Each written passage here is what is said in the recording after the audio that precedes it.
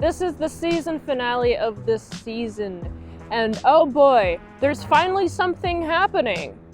I'm mintsalad and I saw The Handmaid's Tale Season 1, Episode 10, Night. It is directed by Carrie Skullgland, written by Bruce Miller. If you haven't seen this episode, I will spoil it for you. This episode follows the commander's wife. Oh yeah, by the way, her name is Serena. She finds out about the visits to the Jezebels that the commander and Offred have been doing. And of course, she gets really angry. This is a really cool shot. We see Offred, she has this package, she hides the package from the last episode, and then she walks down the stairs and then immediately just slapped in the face, and you got the ricochet causes her head to crash into like the side of the wall, and that leaves like a big gashing wound. And Serena's like, after everything I've done for you, I can't believe it. And I'm like, have you ever considered why your commander doesn't want to take you here? Like, maybe you're the problem. I know that you created all the rules in which that women can't do Scrabble, but your commander, you're the commander, the one that you answer to, by the way, he's letting the chick play Scrabble, and Serena can't because she made the laws which made it so women can't do that. And I'm like, oh my goodness, I can't believe it. This woman just got played by herself. And of course, she's like really annoyed. She's really sad, but she's also like, okay, take this pregnancy test. Take it. Do it now. Do it now. And, you know, she forces her to take this pregnancy test. And, like, how long does a pregnancy test take in order to have the results come? Because it's, like, so dramatically long. It's really funny. It's like, oh, my goodness. I can't believe it. You're pregnant. Well, praise be. And then, you know what she freaking does? She takes her to her daughter, but, like, has her in the car and shows her daughter, just be like, she's having a good time, right? And she's like, come on, let me out, let me out. The freaking childproof locks are on the door. I'm like, haha, get wrecked. And then Serena, she's like, oh yeah, your daughter's doing fine. And if you keep my daughter fine, then you will have your daughter fine. Now, like, that's a threat, but also what an evil, terrible person. Oh my God, I absolutely hate her. She's evil. But also, you gotta look at the spouses. They're together for a reason. They have some similar qualities, they have some different qualities, but ultimately they have like similar aspects to themselves. So that makes it so the commander is definitely evil. If the wife is evil, women are just more outwardly evil, you know? Just the men, they just do things. And then women, they be vindictive. In the way in which women are vindictive is a quality to observe, because it'll talk about their character. That's how you know about their character.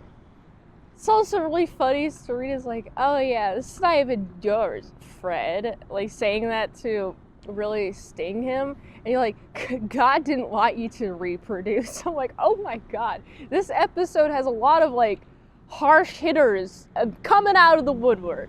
Like, you know, you got a little bit of build up from the past season, and then this episode, you just take all the full stop. Pew, pew, pew, pew, pew. So many slaps, so many punches that are not held back. And I'm like, finally, it took a season to do this.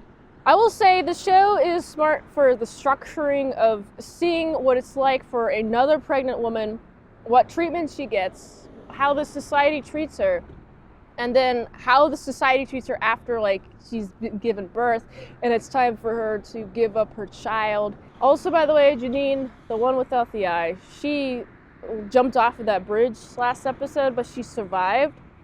And so Aunt Lydia is like, okay, you guys, it's time for you to stone her. And nobody throws a stone. Like, one person's like, I don't want to throw a stone, and then they get hit with the back of a rifle, and they get dragged away. And then Offred's like, nope, and then she drops the stone. I'm like, you know what, this is actually a pretty heroic moment. And then everybody else follows suit, and Aunt Lydia's like, well, you guys are going to be punished. You guys will be punished majorly for this. Just you wait. Just you wait.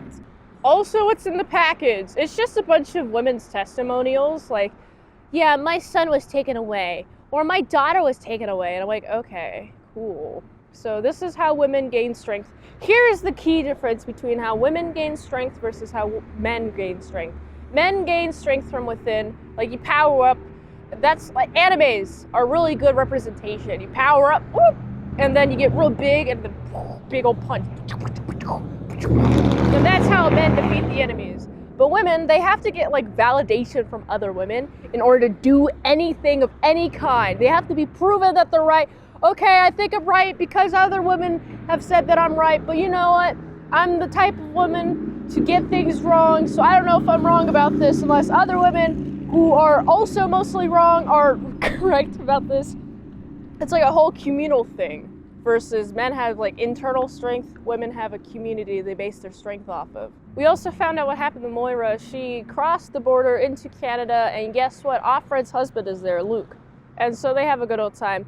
What's interesting is they give just so much money. Oh yeah, in this woman fantasy, if you cross into Canada, they'll give you all the things for free, like health insurance, $400 in cash, some like car insurance, anything you can think of, they give for free. And I'm like, what? I don't even get that for free. Why is Canada giving refugees why are you giving these people money? I also like how there's like a black van coming. Oh, come here, Offred. We're gonna take you in the black van. And Nick's like, all right, trust me, you gotta go with them. And the Waterfords are like, wait, what's going on? What's going on? We didn't consent to this. And that's pretty much the end of the episode. You know what? I was surprised at the quality of this episode, not gonna lie. I'm actually excited for season 2 just because I think that she's gonna get the special treatment now. And my prediction is that Moira is gonna come for her, and so is Luke. They're gonna come and rescue her. That's my prediction for a season. I don't know if it'll be season 2, but that's what they're gonna be doing. I also think that season 2, they're gonna like gain the confidence. Ow. I have noise sensitivity issues. Anyway, they're gonna gain the confidence to get her. At some point they're gonna rebel, but June Offred is gonna be very happy about the baby and her treatment. I don't think she's gonna be as happy about the baby as she is the treatment that she gets. She's gonna be treated with nicety and love, but she's gonna have to go through the pain of childbirth again. I'm excited for season 2. Have you seen any of The Handmaid's Tale? Let me know what you think of it in the comments below. I've got to give this episode, it's a 7 out of 10. If you like this, if you watch another on the platform, likes at $20 Dinos, patreon.com/ASEPresents for 1 movie review for 1 month. If I haven't reviewed on the channel, there's a chance I haven't seen it all, so get the Patreon request at patreon.com/ASEPresents. Support the Daily Grinders, plug out autistabooze.com, so you can go here. And until next time, mintsalad saw, I'll see you to my sad guns and bacon bits. Goodbye.